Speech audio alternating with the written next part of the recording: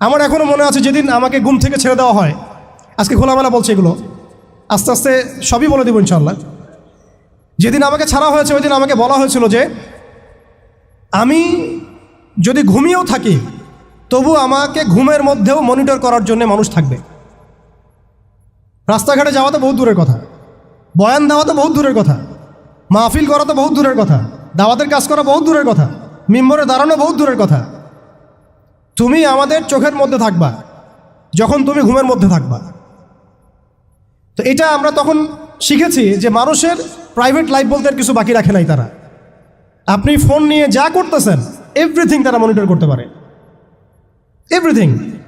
কাকে মেসেজ করতেছেন, অনেক ভাই তখন আমার সাথে দেখা করতে আসলে আমরা ইগনোর করতাম তার ভালোর জন্যই, বিকজ সে বিপদে পড়বে আমার সাথে দেখা করতে আসলে।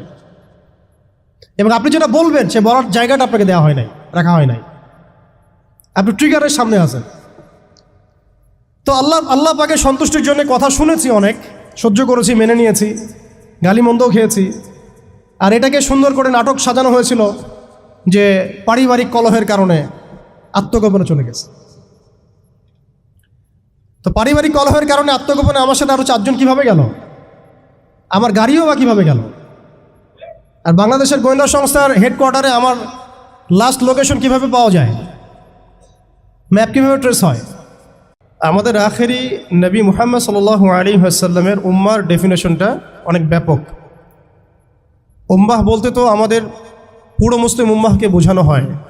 আমরা পুনর্গঠন চাচ্ছি কোন জায়গার, পুরো মুসলিম উম্মার, নাকি শুধু বাংলাদেশের, নাকি বাংলাদেশ সহ ভারতীয় উপমহাদেশের, নাকি মধ্যপ্রাচ্যের, না পুরো বিশ্বের? এখানে উম্মা কনসেপ্টটা অনেক অনেক ডিপ, অনেক ব্যাপক, অনেক গভীর। আর সত্যি কথা বলতে পুরো উম্মার ইসলাহ, পুরো উম্মার সংশোধন এখন ব্যক্তির উপর এককভাবে ফলাফলযোগ্য নয়। এটা পুরো উম্মা কেন্দ্রিক যেহেতু ফিকির, অতএব উম্মার প্রত্যেকটা জায়গার মানুষদেরকেই এই ফিকিরটা করতে হবে।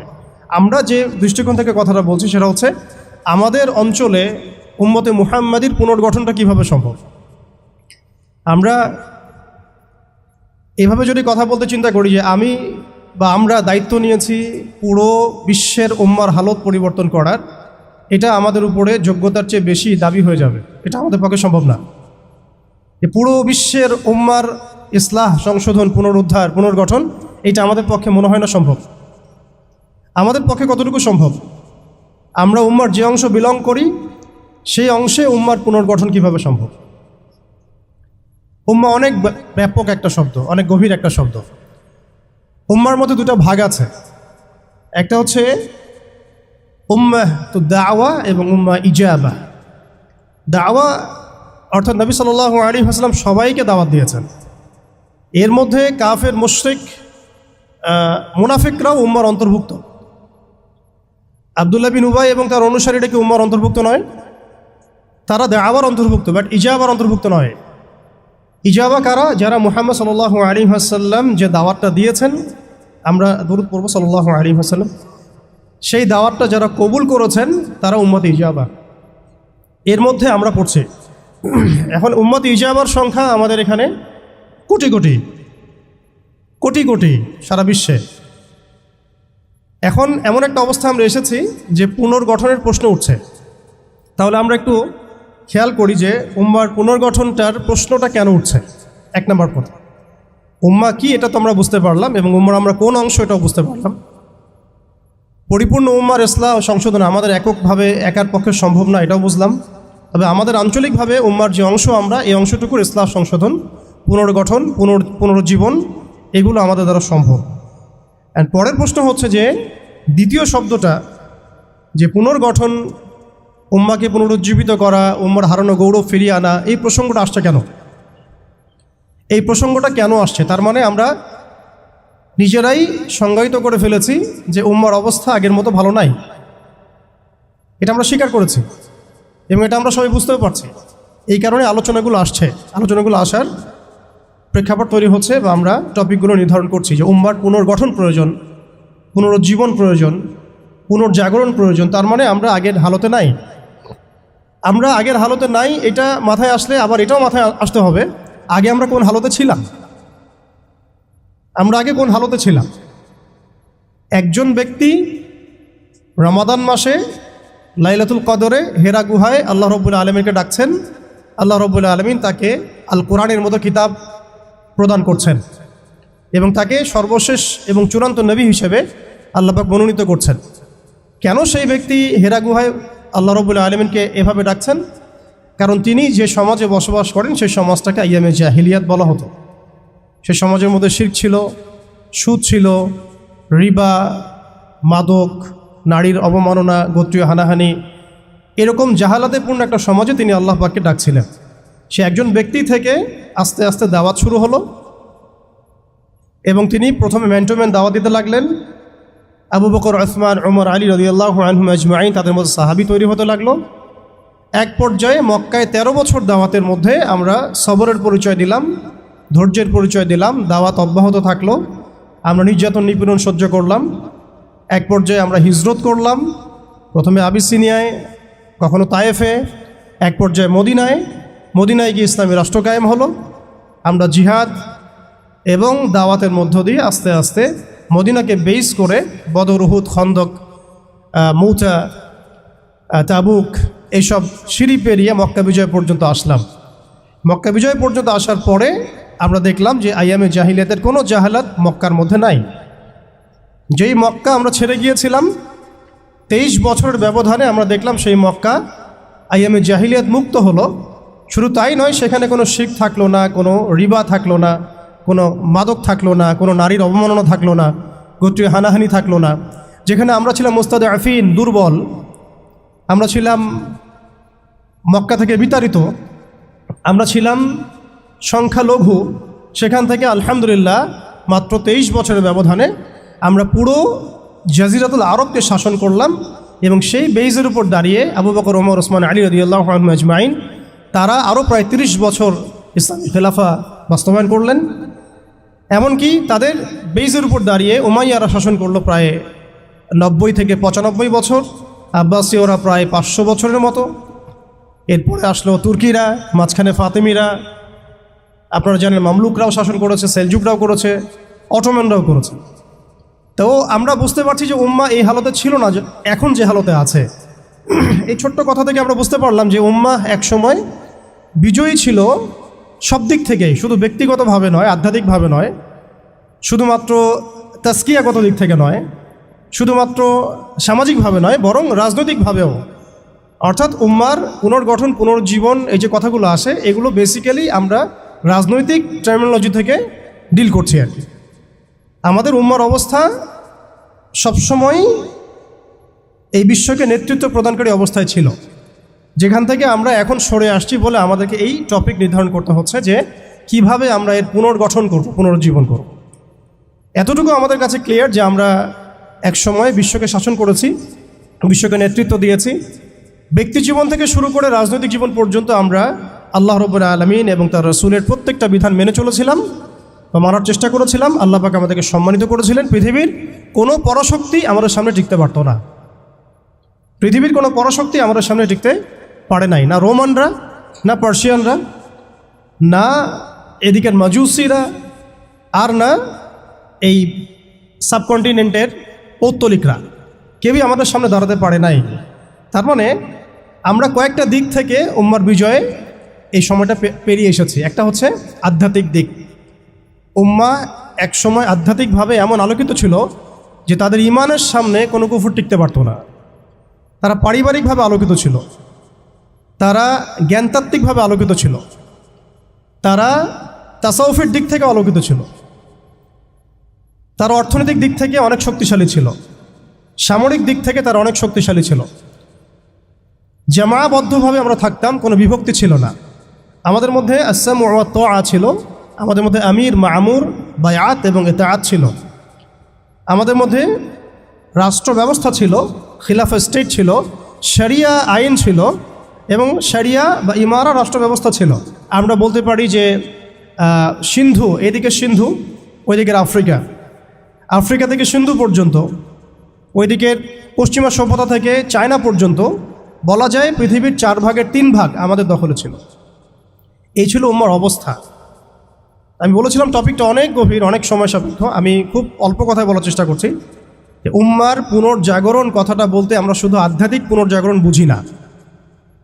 আধ্যাত্মিক পুনর্জাগরণ আমাদের অনেকের অনেক ভালো অবস্থা এখনও আছে, আলহামদুলিল্লাহ।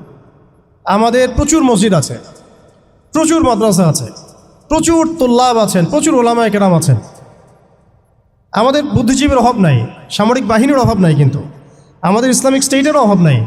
নামকা বাস্তে যদিও অনেক কিছুই, জনসংখ্যাও প্রচুর, সম্পদও প্রচুর, খনিজ সম্পদও প্রচুর। আমাদের মা বোনদের, পর্দানসীন মা বোনদের অভাব নাই।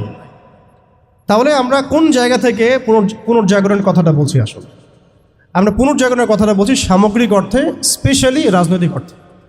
সামগ্রিকভাবে কিন্তু স্পেশালি রাজনৈতিকভাবে। এখন আসেন যে কিভাবে সম্ভব এই হারানো ঐতিহ্য গৌরব ফিরিয়ে আনা, এটাই মূল কথা। আসলে আমাদের অনেক আলোচনা, কিন্তু মূল কথা কিন্তু অল্প হবে। আসলে কিভাবে পসিবল সেই জায়গা থেকে ফিরিয়ে আসে। এখন এতক্ষণ তো বললাম আমরা কোথায় ছিলাম, এখন ওই জায়গা থেকে আমরা কোথায় আসছি এটা একটু বলি, তারপরে বুঝবো ইনশাআল্লাহ। ওই জায়গা থেকে আমরা কোথায় আসছি আসলে। এখন আমি একটু আগে বললাম যে আমাদের প্রচুর মসজিদ আছে, মাদ্রাসা আছে, সব কিছু আছে, এটা সত্য। ইসলামের স্বর্ণযুগে যতগুলো ইউনিভার্সিটি ছিল না, আমাদের ঢাকা শহরে গাজীপুরে তার চেয়ে বেশি ইউনিভার্সিটি আছে।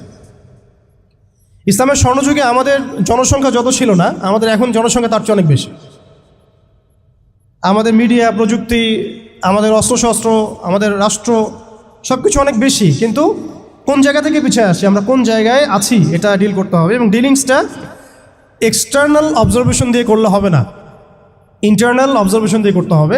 খিদির আলাইহিস সালামের মতো বাহ্যিকভাবে অনেক কিছু মনে হবে, অনেক ইসলামিক দল আছে, অনেক মুসলিমদের সংখ্যা অনেক, একটু আগে বললাম মসজিদ মাদ্রাসা সব কিছু অনেক বেশি, সবই ঠিক আছে। কিন্তু ইন্টারনালি আমাদের কিছু বিষয় দেখতে হবে। ইন্টারনালি কি নাই আমাদের মধ্যে? 1 নাম্বার, ইন্টারনালি সেই রাজনৈতিক বৈশ্বিক ক্ষমতা আমাদের হাতে নাই, প্রথম কথা। এবং এটা আমাদের জন্য লজ্জা। একটা সময় ছিল যখন আমরা এগুলো সব হাসিল করেছিলাম, প্রথমে তারা আমাদের কাছ থেকে যেটা কেড়ে নিয়েছে তা হচ্ছে রাজনৈতিক ক্ষমতা। তারা আমাদের কাছ থেকে প্রথমে ব্যক্তি জীবনে ধর্মের স্বাধীনতায় হস্তক্ষেপ কেউ করেনি।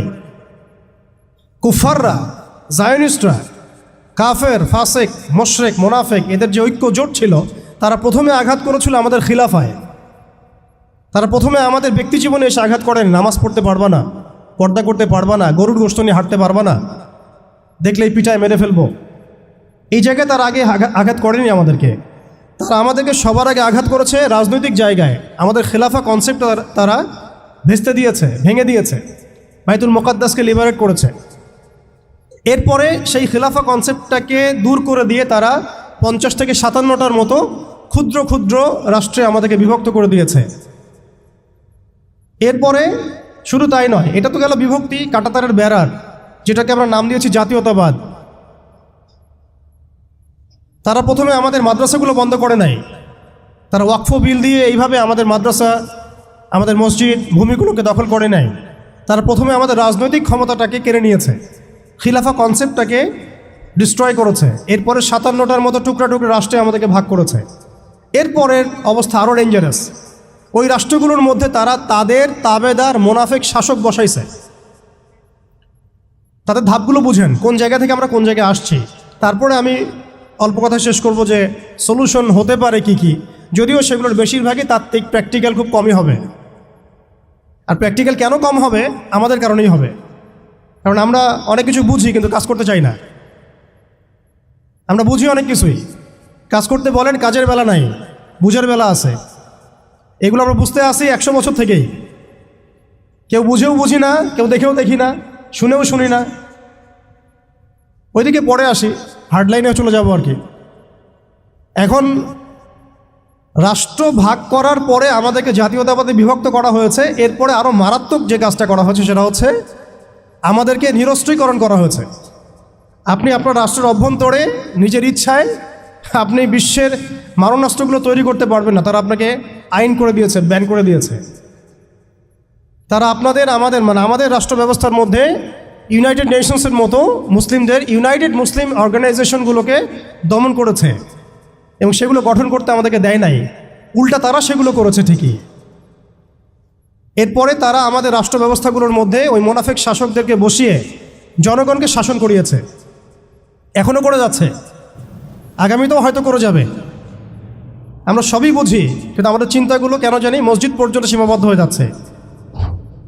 এরপরে যেটা হয়েছে আরও মারাত্মক, ওই রাষ্ট্রগুলোর মধ্যে তারা 5টা আমি বলি দেবতা, 5 দেবতা ঢুকিয়ে দিয়েছে। 5 দেবতা কি? আগে ছিল 4 দেবতা, লাত, উজ্জা, হবল আর মানাত। লাত, উজ্জা, হবল আর মানাত নিশ্চয়ই পড়েছেন আপনারা সিরাতের মধ্যে। এগুলো ছিল আবু জেহেল, আবু লাহাবদের দেবতা। তারা কিন্তু এই দেবতাগুলোর পূজা করত আল্লাহকে পাওয়ার জন্যই। তারা বলতো মা না'বুদুহুম ইল্লা লিয়ুকাররিবুনা ইলাল্লাহি যুলফা, আমরা শুধু এই কারণেই এই লাত, উজ্জা, হবল, মানাতের ইবাদত করি যাতে তারা আমাদেরকে আল্লাহ পর্যন্ত পৌঁছে দেয়। এখনও এই 4-5টা দেবতার আমরা পূজা করছি, বাট এগুলো ভিজুয়াল না, এগুলো হচ্ছে আদর্শিক, ফিলোসফিক্যাল। যেমন একটা হচ্ছে ডেমোক্রেসি, নিতে পারবেন অনেকে কথাটা, যে ডেমোক্রেসি একটা দেবতা হয়ে গেছে এখন, ইনভিজিবল দেবতা, এটা একটা দেবতা হয়ে গেছে। কি দাড়িওয়ালা কি টুপিওয়ালা সবাই পূজা করতেছে, সুবহানাল্লাহ। মানে অবাক হয়ে যাবেন, রিপোর্ট করছে টিভিতে, আপনারা কি চান, এই গভর্নমেন্ট কয় বছর থাক, এই গভর্নমেন্ট কয় বছর থাক, আপনি কি ইলেকশন চান, আপনি কি চান না। অডিয়েন্সের সাধারণ আম জনগণের জবাব হচ্ছে না, আমরা ইলেকশন চাই না। ইলেকশন দিয়ে কী হয়, খালি এক জালেম যে আরেক জালেম আসে, আমরা এইসব ইলেকশন চাই না।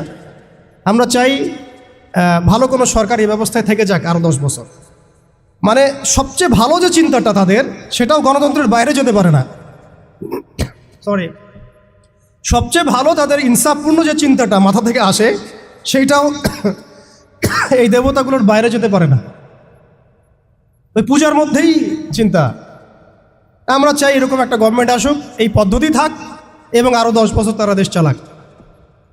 মানে ইসলামে যে আল্লাহ প্রদত্ত একটা রাষ্ট্র ব্যবস্থা আছে, একটা ইসলামী শাসন ব্যবস্থা আছে, এই কনসেপ্টটাই নাই।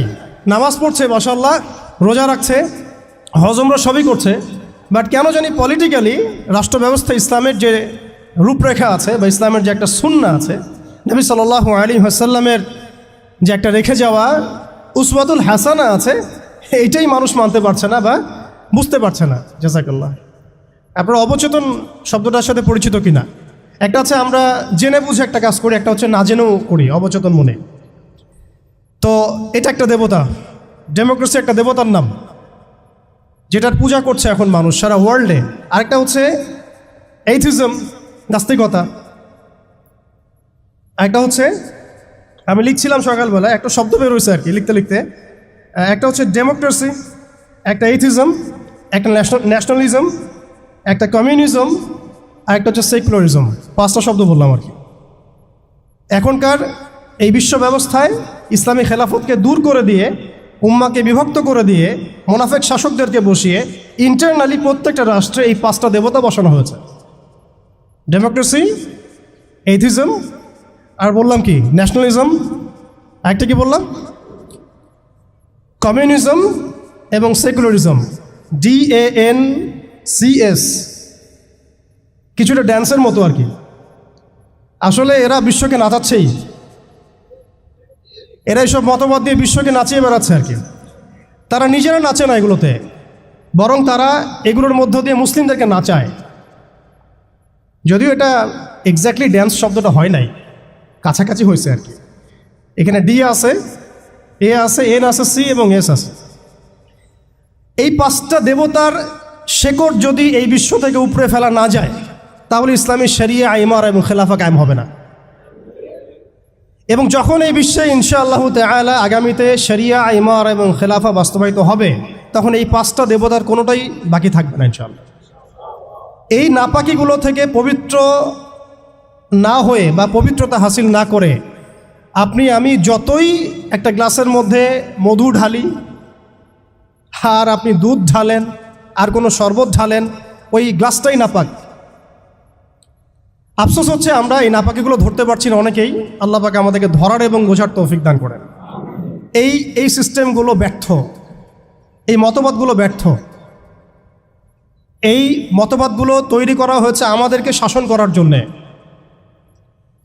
এই মতবাদগুলো আমাদেরকে গিলানো হয়েছে আমাদেরকে ডমিনেট করার জন্যে, আমাদেরকে পশ্চিমাদের দাস বানানোর জন্যে, জায়নিস্টদের দাস বানানোর জন্যে, IMF-এর কাছে লোনের হাত পাতার জন্যে, কোনো ডিসিশন নেওয়ার আগে, রাষ্ট্রের কোনো ডিসিশন নেওয়ার আগে ইউনাইটেড নেশনসের কাছে এই ভিক্ষার ঝুলি পেতে দেওয়ার জন্যে, আমাদের চোখের সামনে আমাদের ভাই বোনদেরকে নির্মমভাবে হত্যা করলেও আমরা টু শব্দ করতে পারবো না এই জন্যে।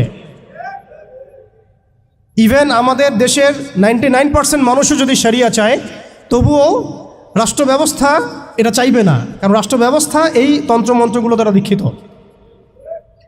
এর মধ্যে আরও আছে মানবরচিত সংবিধান, আরও আছে মানবরচিত বিচার ব্যবস্থা, আরও আছে আল্লাহর হালালকে হারাম করে ফেলা, আল্লাহর হারামকে হালাল করে নেওয়া।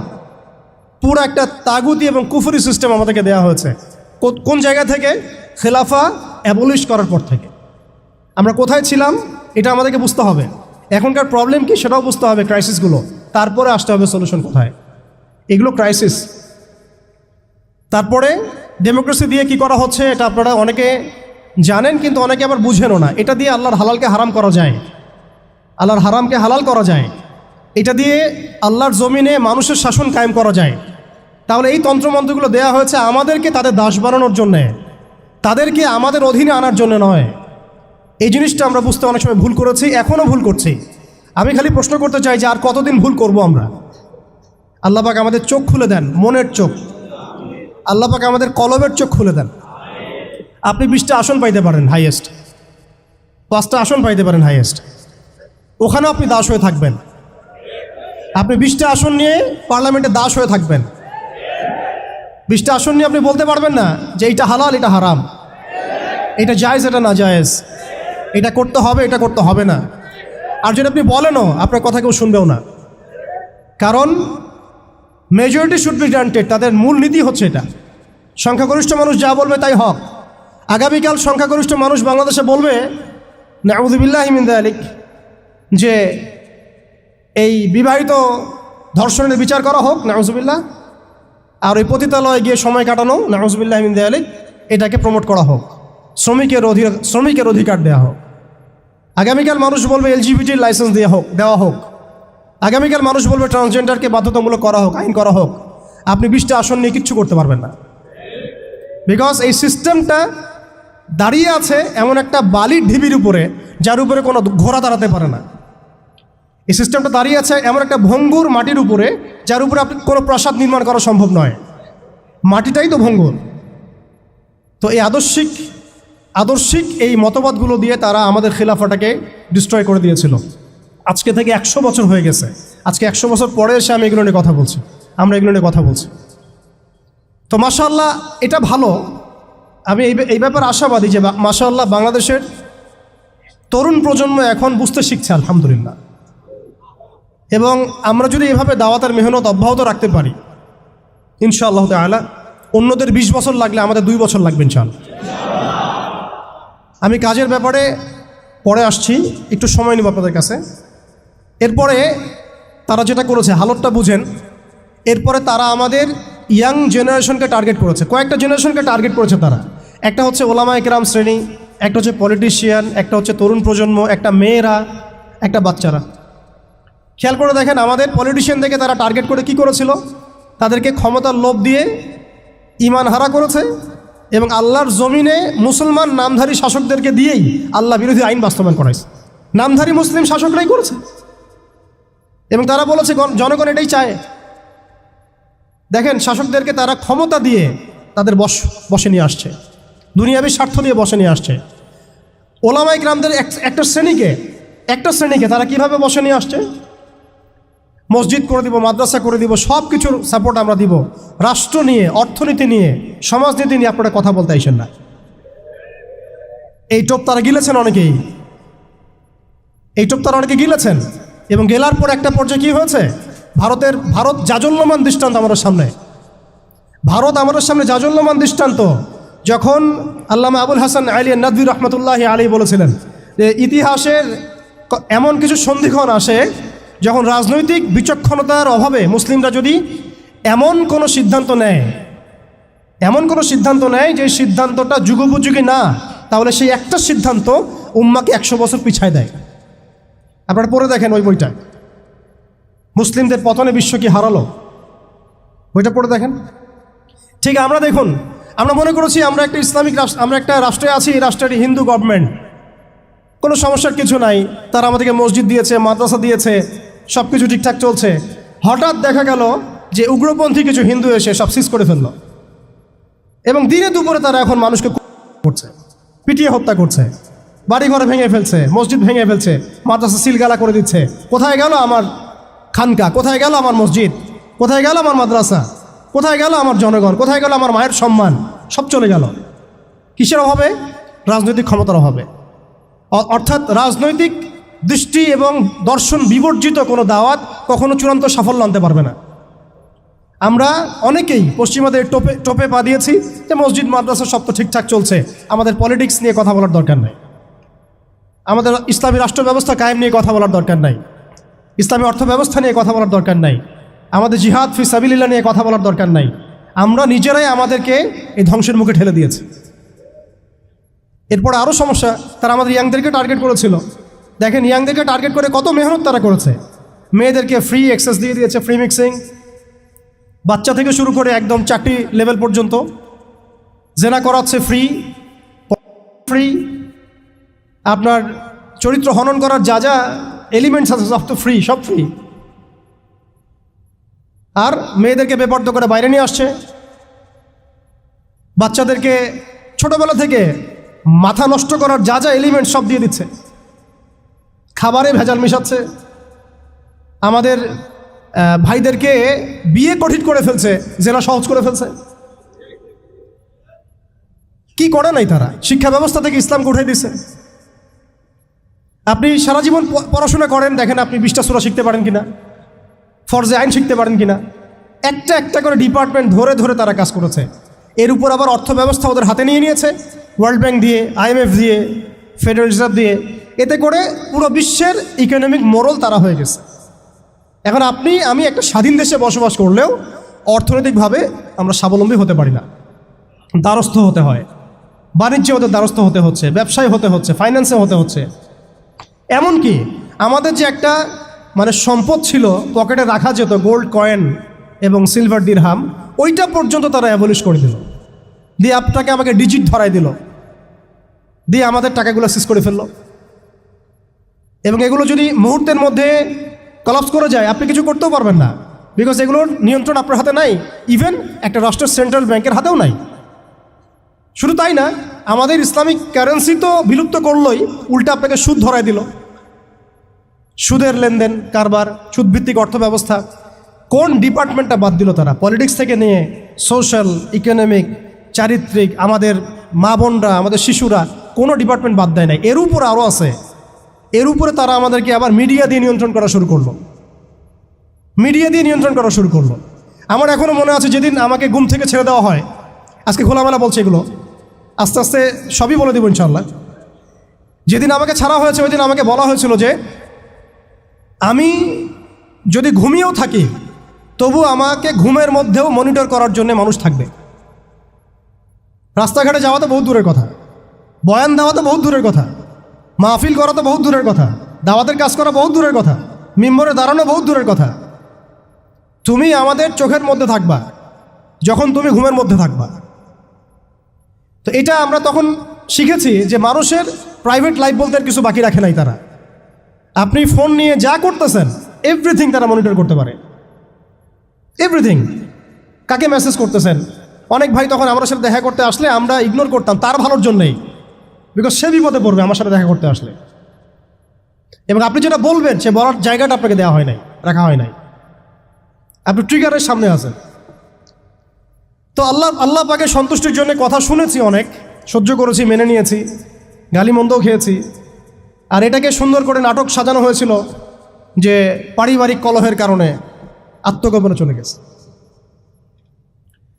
তো পারিবারিক কলহের কারণে আত্মগোপনে আমার সাথে আরও 4 জন কীভাবে গেল? আমার গাড়িও বা কীভাবে গেল? আর বাংলাদেশের গোয়েন্দা সংস্থার হেডকোয়ার্টারে আমার লাস্ট লোকেশন কীভাবে পাওয়া যায়? ম্যাপ কীভাবে ট্রেস হয়? মিডিয়া দিয়ে মানুষকে খাওয়ানো। এই কথাটা বলতে কি এখানে আসছি যে শুধুমাত্র টেকনোলজিক্যাল নিয়ন্ত্রণ ওদের কাছে আছে এমন না, ইভেন মিডিয়া দিয়ে তারা দিন রাইট নাও। এখন আপনারা এই মিডিয়াদেরকে খুব মাথায় তুলতেছেন। এখন কয়দিন আগে তারা ফ্যাসিস্টের পক্ষে ছিল, আজকে মনে করছেন সে আপনার দলে চলে আসছে। তাদের কোনো ধর্ম থাকে না, মিডিয়ার কোনো ধর্ম থাকে না, যেদিকে ফ্লো সেদিকে তারা যাবে। এবং যদি দেখেন আমরা এই গুটি কয়েক মানুষ কালকে বাংলাদেশে শরিয়া কায়েম করে ফেলতে পারি ইনশাআল্লাহ তাআলা। আমি বলছিলাম যে আপনি আপনার বিশ্বাসের জায়গাটাকে এতটা নরম করবেন না, এতটা সস্তা করবেন না। কারণ কাফেরদেরকে, ফাসেকদেরকে, জালেমদেরকে, মুশরিকদেরকে, মুনাফিকদেরকে এবং এই চলমান এই মিডিয়া সিস্টেমগুলোকে, তাগুতি সিস্টেমগুলোকে এত সহজে বিশ্বাস করতে নাই। তারা দিনকে রাত বানাতে পারে, রাতকে দিন বানাতে পারে। আজকে আপনাকে বলতে পারে, কালকে আপনাকে ফ্রিডম ফাইটার বলতে পারে। আজকে যদি দেখে এইসব ওয়ার্ডগুলো এই সিস্টেমের এগেনস্টে যাচ্ছে, তখন আমাদেরকে তারা ট্রেস করবে, তারা উগ্র, তারা মৌলবাদী, তারা জঙ্গিবাদী কর্মকাণ্ড করতেছে না, আউযুবিল্লাহি মিন যালিক। ঠিক আছে, কিন্তু যদি দেখা যায় কালকে তারাই আবার বিজয়ী হয়ে গেছে, তখন তাদেরকে আবার তারা হাইলাইট করবে এবং তাদের পেজগুলো, নিউজ কভারেজগুলো ভরে যাবে। অতএব মূল জায়গায় থাকেন, তাদেরকে দিয়ে কিছু যায় আসে না। ইসলামের আহলুন নিফাকদেরকে দিয়ে কিছু যায় আসে না। আমি একটা পয়েন্ট টাচ করতে গিয়ে জায়গায় এসেছি যে দেখেন আমাদের ওই উম্মার ওই গৌরবান্বিত সময়টাকে স্মরণ করেন। আমরা কোথায় ছিলাম এবং এখন কোথায় আছি, মাঝখানের এই রাস্তাটাতে ওরা আমাদেরকে কিভাবে ডমিনেট করলো, কোন কোন জায়গায় তারা আমাদেরকে মারলো। তারা কিন্তু আমাদেরকে ভাতে মারলো, অর্থনীতির মধ্যে মারলো, রাজনীতির মধ্যে মারলো, সংস্কৃতির মধ্যে মারলো, তরুণ প্রজন্মের মধ্যে মারলো। তারা আমাদেরকে কিন্তু বেপরদামি দিয়ে মারলো, পর্নোগ্রাফি দিয়ে মারলো, মিডিয়া দিয়ে মারলো, প্রযুক্তি দিয়ে মারলো। প্রযুক্তির কথাটা না বললেই না, সিস্টেম এমনভাবে তারা আপডেটেড করেছে যে একটা জায়গায় সামরিক অভিযানের প্রয়োজন নাই তাদের। এখন এআই টেকনোলজি দিয়ে তারা ঘরে বসে কিবোর্ডের ক্লিকের মধ্য দিয়ে আমাকে এখানে শ্যুট করতে পারে। এখন রাইট নাও আমরা কিছু করতে পারবো না এবং আমাদের কোনো প্রতিরক্ষা ব্যবস্থা নাই। আপনি কোথায় বসে আছেন ওইখানে আপনাকে শ্যুট করা সম্ভব। প্রযুক্তি এমন জায়গায় নিয়ে গেছে তারা। আপনি মুসলিম কান্ট্রিগুলোর অবস্থা দেখেন। আমরা বাংলার জমিনে দিন কায়েমের কথা বলছি, বাংলার জমিনের ল্যাকিংসগুলো আপনি ফাইন্ড আউট করেন। আমাদের কি আকাশ নিরাপদ? সমুদ্র কি নিরাপদ? আমাদের কি মিসাইল আছে, ক্ষেপণাস্ত্র ব্যবস্থা আছে, আকাশ প্রতিরক্ষা ব্যবস্থা আছে? আমাদের কি এরকম প্রযুক্তি আছে? আমাদের কি ইমানদার এমন মিলিটারি বাহিনী আছে কিনা? অনেক বিষয় আছে যেগুলো নিয়ে আমাদেরকে ভাবতে হবে। নাই, এটা হতাশার কোনো কারণ না। এবং আমাদের সব কিছুই লাগবে, জরুরিও না, এটাও মাথা দিচ্ছি। নাই, অনেক কিছুই নাই, এটা হতাশার কোনো ব্যাপার না। এবং অনেক কিছু যে নাই, এটা আমাদের ভীরুতারও কোনো সুযোগ এখানে রাখার দরকার নাই। ঠিক আছে, যতটা সম্ভব আমরা অর্জন করার চেষ্টা করবো ইনশাল্লাহ। কিন্তু যদি নাও হয় 100%, তবুও আমাদের ভয় পাওয়ার কোনো কারণ নাই। কারণ আমাদের সাহায্য আসবে আল্লাহর পক্ষ থেকে, আমাদের সাহায্য আসবে আল্লাহর পক্ষ থেকে ইনশাআল্লাহ। এবং আপনারা এই আয়াতটা জানেন যে কাম মিন ফিআতিন কালিলাতিন গালাবাত ফিআতান কাসীরাতান বিইذনিল্লাহ। কত ক্ষুদ্র ক্ষুদ্র দল এই পৃথিবী থেকে চলে গেছে, যারা বড় বড় দলের উপর বিজয় লাভ করেছিল আল্লাহর সাহায্য। অতএব এটা আমি বলছি যাতে আমরা একটা যুগের সাথে তাল মেলাতে পারি, অন্ততপক্ষে কিছু প্রস্তুতি আমাদের থাকা তো দরকার। ব্যাপারটা তো এমন নয় যে আমরা গেলাম, জায়নামাজে দাঁড়ালাম, দোয়া করলাম, যুদ্ধে জয়লাভ করলাম। এভাবে কিন্তু যুদ্ধ জয় হয় নাই। আপনারা বদরের যুদ্ধের ইতিহাস যদি পড়েন দেখবেন নবী সাল্লাল্লাহু আলাইহি ওয়াসাল্লাম আগের রাত্রে গিয়েছেন, বৃষ্টি হয়েছে, জায়গা দখল করা হয়েছে, আমরা কূপ দখল করেছি যাতে পানি আমাদের কাছে থাকে, সৈন্য বিন্যাস করা হয়েছে, যতটা ট্যাকটিক নেওয়ার প্রয়োজন সব আমরা নিয়েছি। তারপরে দোয়া, সুবহানাল্লাহ, দোয়া হতে হতে হতে হতে কাঁধ থেকে চাদর পড়ে যাচ্ছে। আবু বকর রাদিয়াল্লাহু আনহু এসে বলছেন যে ইয়া রাসূলুল্লাহ, যথেষ্ট হয়েছে, আপনি থামেন, আল্লাহ আপনার সাথে আছেন, আল্লাহ আপনার দোয়া ফেলবেন না ইনশাআল্লাহ। এরপরে দেখলেন 313 নিয়ে আমরা ওদেরকে হারালাম। সব কিছুর প্রয়োজন আছে। তো আমাদের অবস্থাটা এখন এমন একটা জায়গায় আছে যে ওই খিলাফা যাওয়ার পর থেকে উম্মাহ আজকে এই জায়গায় চলে আসছে। এটা একদিনে হয় নাই, 100 বছর লাগছে। এটা ভাই একদিনে হয় নাই, 100 বছর লাগছে। ওরা 100 বছর মেয়াদি প্ল্যান করেছিল, আরও বেশি প্ল্যান করেছে ওরা। রাজনৈতিক শক্তি হচ্ছে এখন আমাদের মূল লক্ষ্য হওয়া দরকার। একটা অঞ্চলে ইসলামী ইমারা শরিয়া কায়েম করার জন্যে 100% মানুষের 100% পরিপূর্ণ মুসলিম হওয়া শর্ত না। জি, বরং একটা অঞ্চলের মানুষের মধ্যে যদি মুসলিমে মানুষও একদম খালেস মুখলেস হয়, মুত্তাকি হয়, পরহেজগার হয়, ইমানদার হয়, একদম সিরাতের আদলে সব সুন্নাহগুলো মেনে চলে, ওই গুটি কয়েক মানুষের দ্বারা ইনশাআল্লাহ একটা বড় অঞ্চলে খেলাফা প্রতিষ্ঠা করা সম্ভব। আমি একটা এক্সাম্পল দিচ্ছি, আমি আমার আউট অফ হেডস কথা বলছি না। মদিনা রাষ্ট্র যখন কায়েম হয়েছে, আমাদের কি মনে হয় মদিনার 100% মানুষই মুসলিম হয়েছিল? কখনোই না। মদিনায় আনসার সাহাবী তারা মুসলিম ছিলেন, আওস ও খাজরাজ গোত্রের, হিজরত করে গিয়েছেন মুহাজির সাহাবীরা, এতটুকু ইসলাম, এতটুকু মুসলিম আমাদের। বাকি বহু অংশে মুনাফেক, আব্দুল্লাহ বিন উবাইর অনুসারী, আর বড় বড় 3টা গোত্র আছে, বনু কোরাইজার, বনু কাইনুকার, বনু নাজিরের, খায়বার আছে, পত্তলিকরা আছে, কিছু নাসারাও আছে আশেপাশে। তারপরেও সেখানে ইসলামী রাষ্ট্র কায়েম হয়েছে। তো এই শর্তটা যারা জুড়ে দিচ্ছেন, এটা ঠিক হচ্ছে না যে একদম 100% মানুষের ইসলাম না হওয়া পর্যন্ত আমাদের এখানে ইসলামী শরিয়া কায়েম করা যাবে না, এই কনসেপ্ট ঠিক না। বরং আপনি দেখেন, একটু খেয়াল করে দেখেন, একটা এক্সাম্পল দিই, জুলাই অভ্যুত্থান, ঠিক আছে? এই সময় মাঠে ময়দানে ছিল সব মিলায় ধরেন 20% মানুষ এই বাংলাদেশের, বাকি 80% মানুষ ঘরেই ছিল, আজও ঘরে আছে, শরিয়া কায়েম হলেও ঘরেই থাকবে। আপনি খেয়াল করে দেখেন, তাদের কিছু যায় আসে নাই, তারা যেভাবে ছিল সেভাবে আছে। আগে ছিল একটা শাসন, তাদের কাছে মনে হচ্ছে এখন আরেকটা শাসন আসবে। তাদের চিন্তায় তো এতটুকু, চিন্তার লিমিটেশন এতটুকুই। হ্যাঁ, একজন গেছে আরেকজন আসবে, এক তাগুত গেছে আর এক তাগুত আসবে, মদের বোতল চেঞ্জ হবে, মদ সেম থাকবে, ওদের চিন্তাটা এমনই। তো এত মানে আমাদের কঠোর চিন্তার প্রয়োজন নাই যে 100% মানুষ মুসলমান পরিপূর্ণ না হওয়া পর্যন্ত শরিয়া কায়েম হবে না। না, আমি এই পয়েন্টটাতে একটু সময় নিয়ে নিলাম। দেখেন, ভারতের অবস্থাটা আমাদেরকে খুব পীড়া দিচ্ছে। ভারতের অবস্থা আমাদেরকে অনেক পীড়া দিচ্ছে না? এটা দেওয়ার পরেও কিন্তু আমি কিছু করতে পারছি না। এটা যদি আল্লাহ না করুক যদি এটা বাংলাদেশে হয়, আল্লাহ না করুক এটা যদি বাংলাদেশে হয়, তখন আপনার ফতোয়া কী হবে, আমাদের ফতোয়া কী হবে, এটা আমাদের এখন স্পষ্ট করা উচিত। এবং যেটার আশঙ্কা আমরা করি, সেটার প্রিপারেশন কেন আমরা নিব না? যেটার আশঙ্কা আমরা করি বা যেটা আমরা বুঝতে পারছি এটা হতেই পারে, অসম্ভব কিছু না, তাহলে তার প্রিপারেশন আমরা কেন রাখবো না? এটা আমার প্রশ্ন আর কি। ভারতের মুসলিমরা কি কখনো ভেবেছিল আজকে থেকে 10 বছর আগে এমনটা হবে? ওয়াকফ বিলের মাধ্যমে আমাদের সব সম্পত্তি তারা গ্রাস করে ফেলবে, কেউ কি ভাবছে?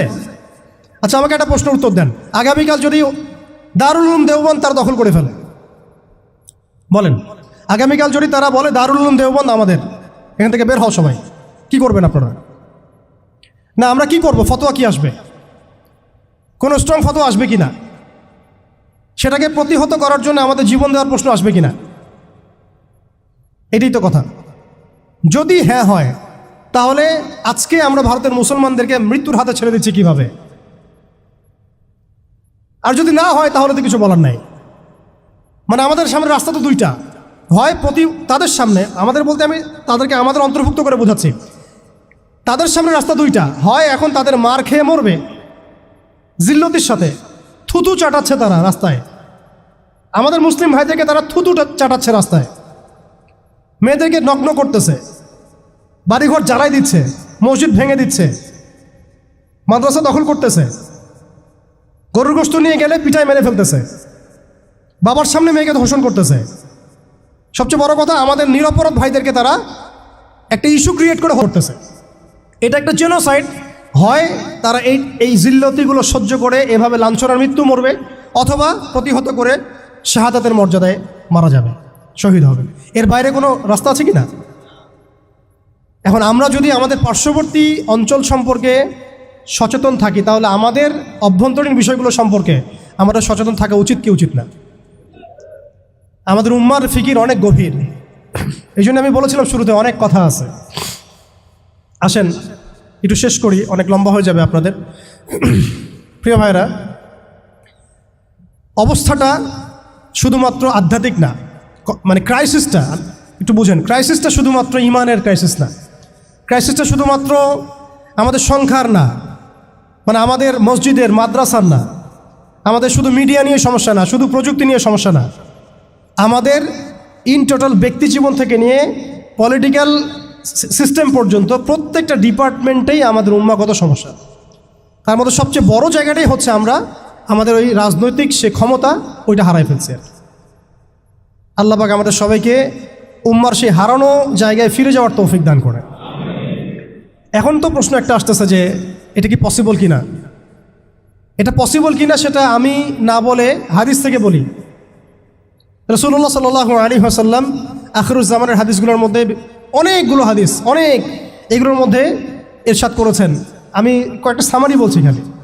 মালহামা হবে এটা লেখা হয়ে গেছে, এবং মুসলিমদের একটা বড় অংশ শহীদ হবে এটাও লেখা হয়ে গেছে।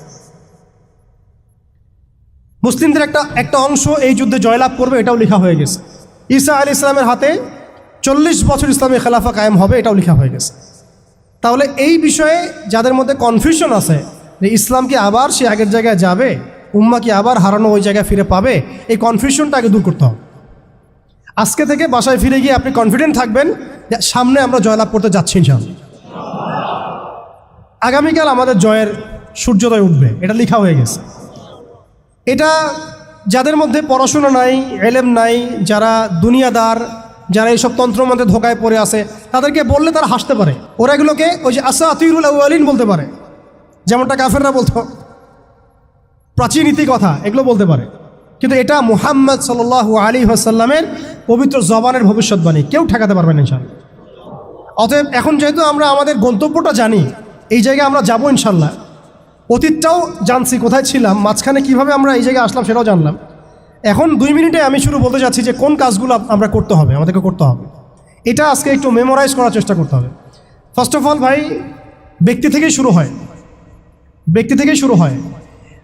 আপনি আমি আজকে থেকে চিন্তা করব, একটু ধৈর্য ধরেন, জাস্ট 5 মিনিট। আপনি আমি আজকে থেকে চিন্তা করব যে আমরা পৃথিবীতে বেঁচে আছি কি জন্য, বলেন আমাদের বেঁচে থাকার কারণটা কি? আপনি আমি পৃথিবীতে বেঁচে আছি কেন? আল্লাহ পাক আমাকে আপনাকে হায়াতে রাখছেন কেন? 2টা কাজ আমাদের। যত কিছু আমাদের আশেপাশে ঘুরতেছে, স্ত্রী, সন্তান, ব্যবসা বাণিজ্য, চাকরি বাকরি, এইটা সেইটা, এগুলো সবই গৌণ। আমাদের মুখ্য কাজ 2টা, আল্লাহর ইবাদত করা, তার জমিনে তার দিন কায়েম করা। বাকি সব কিছু এর আওতাভুক্ত। ইবাদতের মধ্যে এটা এবাদতের মধ্যে এটা কাউন্ট হবে, আমার সন্তানের প্রতিপালন, স্ত্রীর ভরণ পোষণ সব ঠিক আছে, কিন্তু আমার মূল কাজ 2টা। এক, আমি ওয়ামা খালাকতুল জিন্না ওয়াল ইনসা ইল্লা লিয়াবুদুন, এর উপর আমল করব। আরেকটা আমি শুরুতে বলেছিলাম, ইন্নাল্লাহা লা ইউগাইয়িরু মা বিকওমিন হাত্তা ইউগাইয়িরু মা বিআনফুসিহিম। আল্লাহ পাক কোনো কওমের অবস্থা ততক্ষণ পর্যন্ত পরিবর্তন করেন না যতক্ষণ সেই কওম তাদের নিজেদের অবস্থা পরিবর্তনের ফিকির না করে, চেষ্টা না করে। অতএব শুরুটা ব্যক্তি থেকে হবে। আমরা সবাই নিয়াত করতে পারি ইনশাআল্লাহ যে আমরা আমাদের আগামী পুরা জীবনটা শুধু এক আল্লাহর জন্য ঢেলে দিব ইনশাআল্লাহ। আমাদের সব কাজ হবে আল্লাহর সন্তুষ্টির জন্য। মৌলিক কাজ হবে 2টা, আল্লাহর ইবাদত করা এবং তার জমিনে তার দিন কায়েমের চেষ্টা করা। 2 নাম্বার হচ্ছে ভাই, পরিপূর্ণ ইসলামে প্রবেশ করতে হবে। আংশিক ইসলাম প্র্যাকটিস করলে এখন আর চলবে না, অনেক হয়েছে। ওয়াজ তো শুনতেছেন 10 বছর থেকে। আমি তো মুসলিম পরিবারের সন্তান, 30 বছর হয়ে গেছে বয়স, 35 বছর হয়ে গেছে বয়স। এই যে আমাদের অনেকের বয়স 40-50 হয়ে গেছে। আর কি, আর কত? দুনিয়া তো দেখলাম, দুনিয়া তো যথেষ্ট দেখলাম। অতএব পরিপূর্ণ ইসলামে প্রবেশ করতে হবে। এটার মাধ্যম হচ্ছে আল্লাহ পাকের সব হালাল মেনে চলবো, হারাম মেনে চলবো, সব আদেশ মেনে চলবো, নিষেধ ছেড়ে দেবো, সুন্নাহ ভিত্তিক জীবনযাপন করবো ইনশাআল্লাহ। রাসূল সাল্লাল্লাহু আলাইহি ওয়াসাল্লাম যা করতে বলেছেন করবো, ছাড়তে বলেছেন ছাড়বো। এবং 3 নম্বর হচ্ছে ইসলাম বিরোধী যে আকীদা, দর্শন, মতবাদগুলো আছে এগুলোকে চিনতে হবে। শুধু ইসলাম পালন করেই যাবেন, এইদিকে আবার তাগুত, কুফর, হারাম সবই থাকবে, এই জগা খিচুড়ি দিয়ে আবার কাজ হবে। আমাদেরকে এই যুগে আবু বকর, ওমর, ওসমান, আলী হতে হবে, একদম মুখলেস, একদম খালেস, একদম পরিশুদ্ধ হওয়ার চেষ্টা করা ইনশাআল্লাহ। তো ইসলামের পরিপূর্ণতার মধ্যে প্রবেশ করার চেষ্টা করতে থাকা এবং একই সাথে ইসলাম বিরোধী যে আকীদা আমলগুলো আছে এগুলো থেকে দূরে থাকা। এবং ইসলাম বিরোধী অনেক আকীদা আছে, দর্শন আছে, প্রথমে কয়েকটা বললাম, এছাড়া আর অনেক আছে।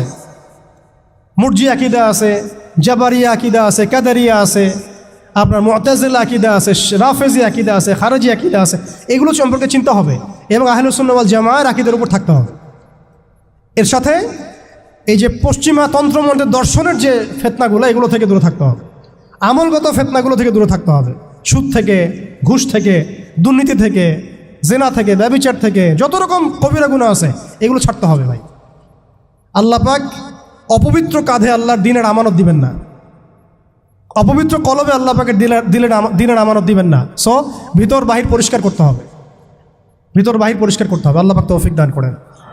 4 নম্বর হচ্ছে অবশ্যই মাথার উপরে আমাদের ওলামা ইকরামদেরকে রাখতে হবে। ওলামা বিবর্জিত কোনো জেনারেশন কখনো সফল হতে পারবে না। অতএব ওলামা ইকরামদেরকে আমাদের মাথার উপরে রাখতে হবে, এই সহবতটা আমাদের লাগবেই। 5 নম্বর হচ্ছে ভাই, হারাম খাওয়া যাবে না, হালাল খাইতে হবে। কোন অবস্থায় আমরা যেন হারামে লিপ্ত না হয়। যত রকম হারাম আছে সব ছাড়তে হবে, ছেড়ে হালালে থাকতে হবে।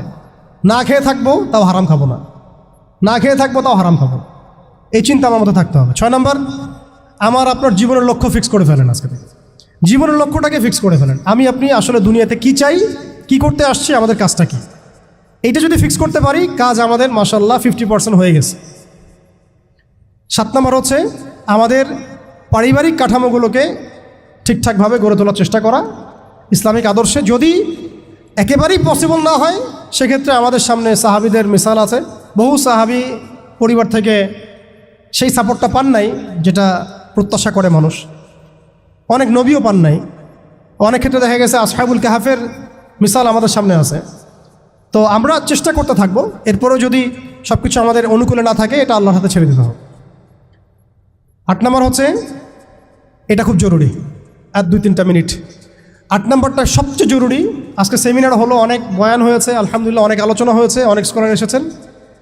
8 নম্বরটার উপর আমল যদি আমরা না করতে পারি, আমরা শুধু সেমিনারই করতে থাকবো, বাংলার জমিনে শরিয়া কায়েম করতে পারবো না। আমি একটু খোলামেলা বলে দিই আর কি, রাগ করেন না।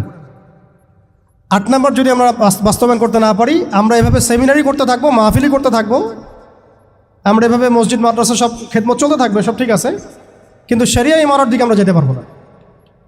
যেটা না হলে আমরা আবার পশ্চিমাদের দাসত্ব থেকে মুক্ত হইতে পারবো না, স্বাধীন হইতে পারবো না, মাজলুমদের সাহায্য করতে পারবো না, মুস্তাদআফিনদের পাশে দাঁড়াতে পারবো না। ওইটা করতে হলে আমাদেরকে ওই জায়গায় যেতেই হবে, ওই শরিয়ার জায়গায় যেতেই হবে। সেটা কি? সেটা হচ্ছে আমাদের দরকার একটা জামাআ দরকার। আমাদের এখন বিশুদ্ধ আকীদা এবং বিশুদ্ধ মানহাজের একটা জামাআ বাংলাদেশে অবশ্যই অবশ্যই জরুরি ভিত্তিতে দরকার। বাংলাদেশে অনেক কিছু আছে, অনেক প্ল্যাটফর্ম আছে, ঠিক আছে, আমি এগুলো সম্পর্কে অবগত আছি। সব কিছু বিবেচনা করে আমি আবার আমার জায়গা থেকে জোর দিয়ে বলছি, বাংলাদেশে বিশুদ্ধ আকীদার, বিশুদ্ধ মানহাজের, তাওহীদপন্থী মানুষদের, যারা আল্লাহর জমিন, আল্লাহর দ্বীনের বিজয় দেখতে চান, তথাকথিত পশ্চিমাদের পদ্ধতিতে নয় বরং সিরাতের আদলে যারা দেখতে চান, তাদের অবশ্যই অনতিবিলম্বে ঐক্যবদ্ধ হতে হবে। যদি ঐক্যবদ্ধ হতে না পারি, আমরা অস্তিত্ব সংকটে পড়ব, আমরা অস্তিত্ব সংকটে পড়ব। আগামীতে আপনি হবেন টার্গেট, আপনি হবেন ডিহিউম্যানাইজ করার মূল উপকরণ, মূল মাধ্যম। এবং আমরা যদি ঐক্যবদ্ধ হতে পারি, আমরা যদি সংখ্যায় কমও হই, ইনশাআল্লাহ আযজা ওয়া জাল আল্লাহ পাক এই অঞ্চলের জন্য আমাদেরকে কবুল করবেন ইনশাআল্লাহ। দেখবেন এই অঞ্চলে কালিমা লা ইলাহা ইল্লাল্লাহ মুহাম্মাদুর রাসূলুল্লাহর পতাকা আমাদের হাতেই উঠবে ইনশাআল্লাহ। বৈশ্বিক অনেক কাজ হচ্ছে, এটা হচ্ছে আলহামদুলিল্লাহ, এটা আল্লাহর হুকুমেই হচ্ছে। যারা কাজ করছে তারা কিন্তু এককভাবে করছে না, তারাও এভাবে জামা গঠন করেই কাজ করছে। তাদেরও আমির আছে, তাদেরও মামুর আছে, আস-সামউ ওয়াত তাআ আছে, তাদেরও বায়আ আছে। এগুলো যদি আমাদের মধ্যে না আসে, আমরাও এভাবেই যে সেমিনার করতে থাকবো, এর বেশি হয়তো আমরা কিছু করতে পারবো না। হয়তো বা আমরা চাই অনতিবিলম্বে বাংলাদেশে তাওহীদপন্থী মানুষদের একটা কাফেলা গড়ে উঠুক। এ বিষয়ে আপনারা একমত কিনা? এ বিষয়ে কি আপনাদের মতামত আছে কিনা? আপনারা আল্লাহর কাছে দোয়া করতে থাকেন যে আল্লাহ যেন এমন একটা জামা গড়ে দেন, এমন একটা ইমারা এনে দেন, এমন একটা মামুর আল্লাহ পাক তৈরি করে দেন, এবং এমন যোগ্য আমির আল্লাহ পাক নিয়ে এসে দেন, যাদের ঐক্যবদ্ধ প্রচেষ্টায় বাংলাদেশে ইনশাআল্লাহ শরিয়া কায়েম হবে ইনশাআল্লাহ তাআলা। আল্লাহ যেন কবুল করেন, আমিন। এটা সবচেয়ে জরুরি কাজ। যদি আমরা এটা করতে না পারি, আমি বললাম আপনারা অস্তিত্ব সংকটে পড়বেন। ছোট ছোট পরিসরে কাজ করে আপনি নিজের অস্তিত্ব ধরে রাখাটাই ডিফিকাল্ট হয়ে যাবে। শরিয়া কায়েম তো বহু দূরের কথা। আপনি খেয়াল করে দেখেন, তাগুত ঐক্যবদ্ধ হয়েছে, তাদের রুট লেভেল পর্যন্ত কাঠামো আছে, চেইন অফ কমান্ড আছে, সেকুলার ঐক্যবদ্ধ হয়েছে, শাহবাগীর ঐক্যবদ্ধ হয়েছে, কাদিয়ানির ঐক্যবদ্ধ হয়েছে। যদি হয়ে যায় এরপরে কাজ থাকবে খালি দুইটা। এক, সিরাতের আদলে দাওয়াতের কাজ করতে থাকা, সিরাতের আদলে দাওয়াতের কাজ করতে থাকা, এবং অবশ্যই সেই যোগ্যতা অর্জন করা, সেই যোগ্যতা অর্জন করা, পড়াশোনা করা, এগুলো তো আগেই হয়ে গেছে। আগে বলছি আমি, দাওয়াতের মেহনতটা খুবই ব্যাপক করতে হবে। চায়ের কাপে দাওয়াত হবে, হোটেলে দাওয়াত হবে, চা খেতে খেতে দাওয়াত হবে, কফি খাইতে খাইতে দাওয়াত হবে, স্কুলে দাওয়াত হবে, কলেজে দাওয়াত হবে, ইউনিভার্সিটিতে দাওয়াত হবে, সেমিনারে হবে, সিম্পোজিয়ামে হবে, মসজিদে হবে, তালিমে হবে, সবখানে দাওয়াতের কাজ করতে হবে। এবং দাওয়াতের এই কাজটা প্রত্যেকটা মহলে করতে হবে, তরুণদের মধ্যে, তরুণীদের মধ্যে, আম জনগণের মধ্যে, আমাদের বাচ্চাদের মধ্যে, আমাদের পুলিশের মধ্যে, প্রশাসনের মধ্যে, আর্মির মধ্যে, বিজিবির মধ্যে, র্যাবের মধ্যে, ডিজিএফআইয়ের মধ্যে, প্রত্যেকটা মহলে। এবং এই দাওয়াত হবে খোলাসা করে, আমভাবে খোলামেলা দাওয়াত, ব্যাপক দাওয়াত এবং পরিপূর্ণ দাওয়াত। আংশিক ইসলামের দাওয়াত না, পরিপূর্ণ ইসলামের দাওয়াত, পরিপূর্ণ ইসলামের দাওয়াত। ব্যাস, এরপরে দাওয়াতের মেহনত চলতে থাকবে। যদি কেউ আমেরিকা হয়ে আসতে চায়, আমরা তালেবান হয়ে যাব। যদি ইসরায়েল হয়ে কেউ আসতে চায়, আমরা হামাস হয়ে যাব। যদি দেখা যায় যে কেউ এরকম কোনো পরাশক্তি হয়ে না এসে ভালোই ভালোই আমাদের দাওয়াত কবুল করে নেয়, তাহলে মদিনা রাষ্ট্রের মধ্যে ইসলামী রাষ্ট্র কায়েম হয়ে যাবে ইনশাল্লাহ। পরিস্থিতি যেমন হবে আমাদের কাজও তেমন হবে। মুক্তির একটাই পথ, দাওয়াত এবং জিহাদ, দাওয়াত এবং জিহাদ। এরপরে যদি ইসলামী রাষ্ট্র কায়েম হয় ইনশাআল্লাহ আজ্জা ওয়া জাল, তখন দেখবেন বহির্বিশ্বে কীভাবে আমরা বড় বড় ইসলামিক কান্ট্রিগুলোর সাথে একটা একাত্মতা পোষণ করে একটা বৈশ্বিক চেইন অফ কমান্ড গড়ে তুলতে পারি। এবং সেটা অবশ্যই ইমানের ভিত্তিতে, তাওহীদের ভিত্তিতে, এবং সেটা অবশ্যই সিরাতের আদলে, সুন্নাহর আদলে, কোনো সেকুলার ডেমোক্রেটিক বা ওই তাগুদের দাসদের আদলে নয়। সেটা হবে সেই সব ভাইদের সাথে যারা আল্লাহর পথে দাওয়াত এবং জিহাদের মধ্য দিয়ে আল্লাহর জমিনে দিন কায়েম করেছেন, তাদের সাথে নয় যারা মুসলিমদেরকে পিঠের পিছ থেকে ছুরি মেরেছে, এদের সাথে নয়। অতএব আমাদের কাজ এখন আঞ্চলিকভাবে এগুলাই। এই কাজগুলো যদি আমরা ঠিকঠাক মতো করতে পারি ইনশাআল্লাহ, আল্লাহ পাক তৌফিক দান করেন, আমিন, তাহলে দেখবেন অল্প সময়ের ব্যবধানেই আমরা ভালো সাফল্য পাচ্ছি ইনশাআল্লাহ। এবং আমাদের এক্সিস্টিং যে ভাইরা যারা কাজ করছেন, তাদের কারোর সাথে আমাদের সরাসরি কোনো বিরোধে যাওয়ার প্রয়োজন নাই, যতক্ষণ না তারা আহলে সুন্নাহ ওয়াল জামায়াতের আকীদা, আমল, মানহাজ থেকে দূরে সরে যায়। ততক্ষণ পর্যন্ত আমাদের কারোর সাথে কোনো রকমের বাকবিতণ্ডা, কথা কাটাকাটি, ফেসবুকে ঝগড়া, এগুলো খুব বাজে বিষয় হচ্ছে। এগুলোর কোনো প্রয়োজন নেই আমাদের। আর কে কি করলো, তারা এটা করলো কিনা, সেটা করলো কিনা, তারা কেন এমন করে না, ওই আলেম কেন এমন করে না, এগুলো ভাবারও আমাদের প্রয়োজন নাই। আমরা দেখব আমরা কি করতেছি, আমরা দেখব যে আমরা কি করতেছি, আমাদের কি করা দরকার। এই কাজগুলো যদি ঐক্যবদ্ধ হয়, ঈমান, আমল, তাজকিয়া, জামা, ইমারা, উলামায়ে কেরামের সোহবত, দাওয়াত এবং জিহাদ, ইনশাআল্লাহ আপনারা অপেক্ষা করতে থাকেন। বাংলার মাটিতেও ইনশাআল্লাহ কালিমা লা ইলাহা ইল্লাল্লাহ মুহাম্মাদুর রাসূলুল্লাহর পতাকা উঠবে ইনশাআল্লাহ। আল্লাহ পাক আমাকে আপনাকে সেই দিন দেখার তৌফিক দান করেন এবং সেই মাকবুল কাফেলা আল্লাহ পাক আমাদেরকে শরীক করেন। আল্লাহ পাক আমাদের সবাইকে কথাগুলো দিলের কান দিয়ে বোঝার, শোনার তৌফিক দান করেন, সেগুলো বাস্তবায়ন করার তৌফিক দান করেন। এবং আলোচনার মধ্যে যে ভুলগুলো হয়ে গেছে আল্লাহ মাফ করে দেন, যে সঠিক বিষয়গুলো হয়েছে এগুলো আল্লাহ পাক কবুল করেন।